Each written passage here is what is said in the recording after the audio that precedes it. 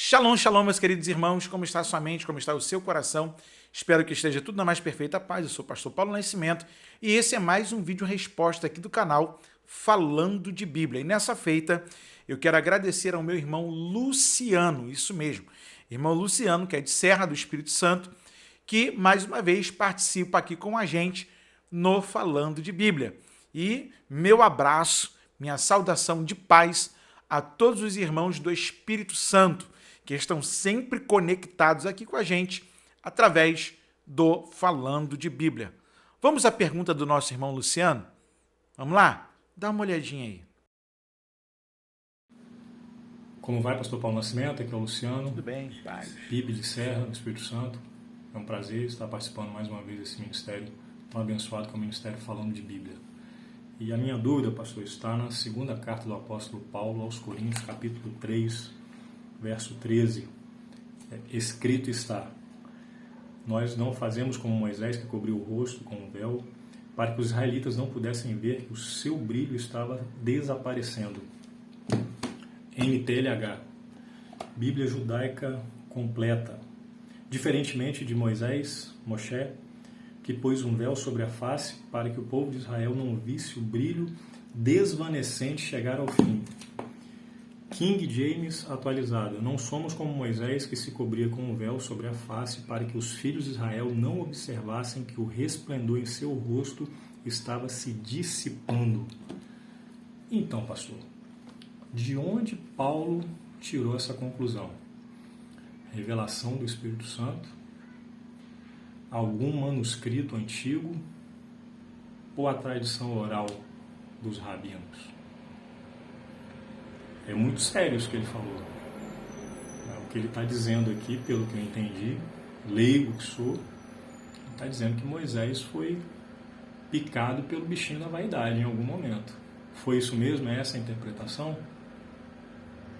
Pode parecer um texto assim que não vai trazer assim, um grande entendimento, um assunto que vai se desenvolver tanto, mas eu sei que todas as perguntas, todas as questões que chegam no pastor, a gente sempre tem um plus, um extra, que o pastor acaba margeando ali em torno do texto, dos temas apresentados e trazendo algo mais para a gente.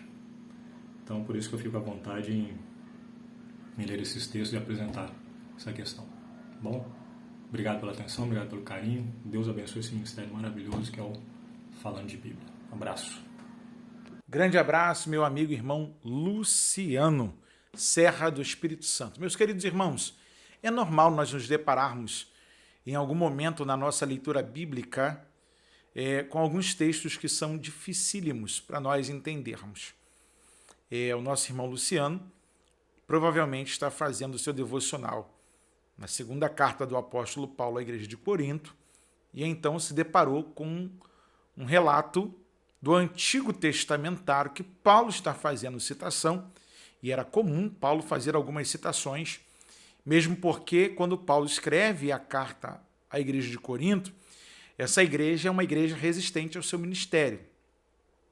Paulo ele tem que tratar coisas muito difíceis para essa igreja, e essa igreja ela era uma igreja que, ao mesmo tempo que tinha as coisas espirituais palpáveis, você também vê essa igreja descer os porões mais baixos da insanidade que pode nos levar ao pecado.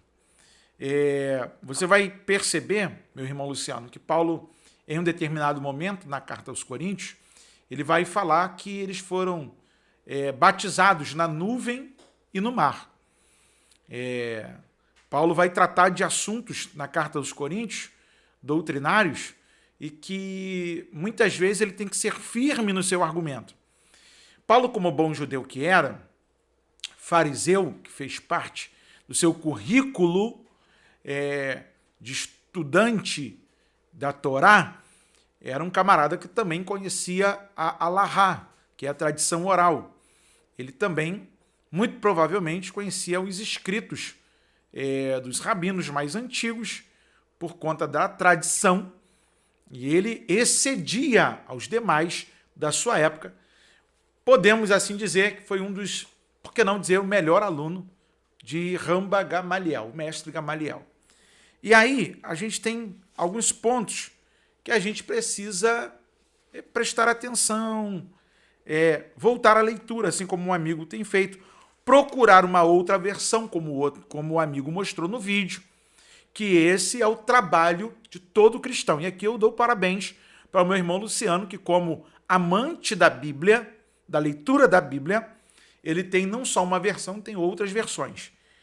E aí, voltando a olhar para a segunda carta do apóstolo Paulo aos Coríntios, no capítulo de número 3, no verso de número 13, e não somos como Moisés, que punha um véu sobre a sua face, para que os filhos de Israel não olhassem firmemente para o fim daquilo que era transitório. Mas os seus sentimentos foram endurecidos, porque até hoje o mesmo véu está por levantar na lição do Velho Testamento, o qual foi por Cristo abolido. E até hoje, quando é lido Moisés, o véu está posto sobre o coração deles. Meu querido irmão Luciano, quando a gente fala de Moisés, Moisés é tratado na tradição judaica como Moshe Rabbeinu, ou assim como eles também chamam Abraham Avinu, que é Abraão, nosso mestre ou nosso pai. Moisés, nosso mestre ou nosso pai, né? Do que eles chamam Avinu. E aí o que acontece? Há um quê de idolatria.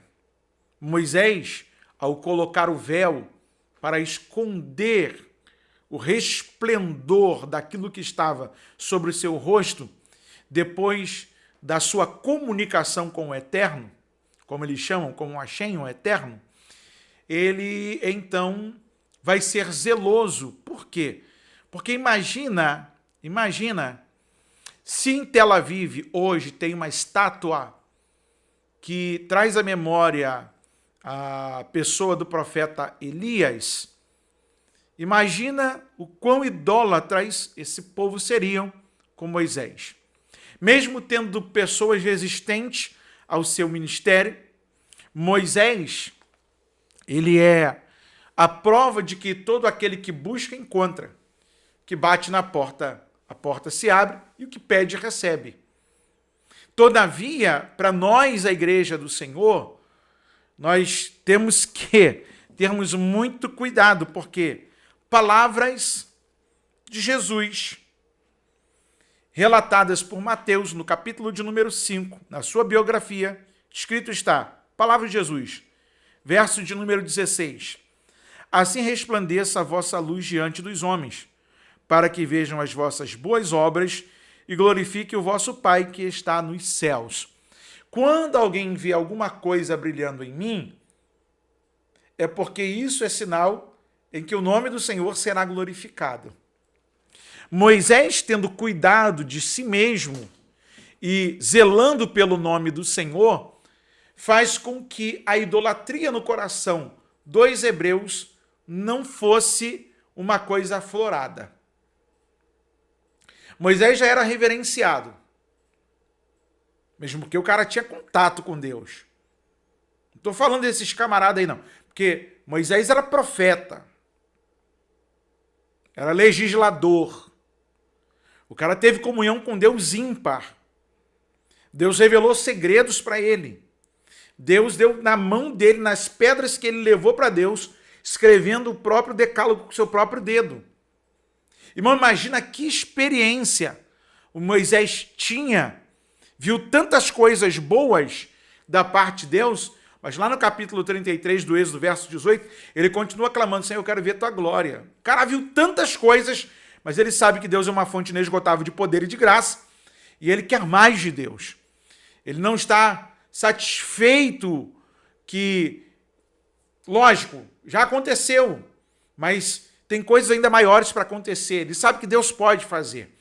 Só que tem coisas na Bíblia que a gente precisa ser simples e aceitá-la por fé, irmão Luciano. Porque quando você olha para os nossos dias, algumas pessoas lendo o Antigo Testamentário, elas ainda têm o véu, que esconde alguma coisa, que não deixa ver. E Paulo vai explicitar que até hoje tem pessoas que Deus colocou o véu diante deles, para que não fosse conhecido. Tem coisas que Deus se manifestou para Moisés e que ficou como legado para a história, mas ainda continua encoberto como véu diante daqueles a quem Deus não quer revelar. Moisés não está sendo revanchista e nem promulgador de uma questão de que a glória é só minha, Deus se manifesta só para mim. Não.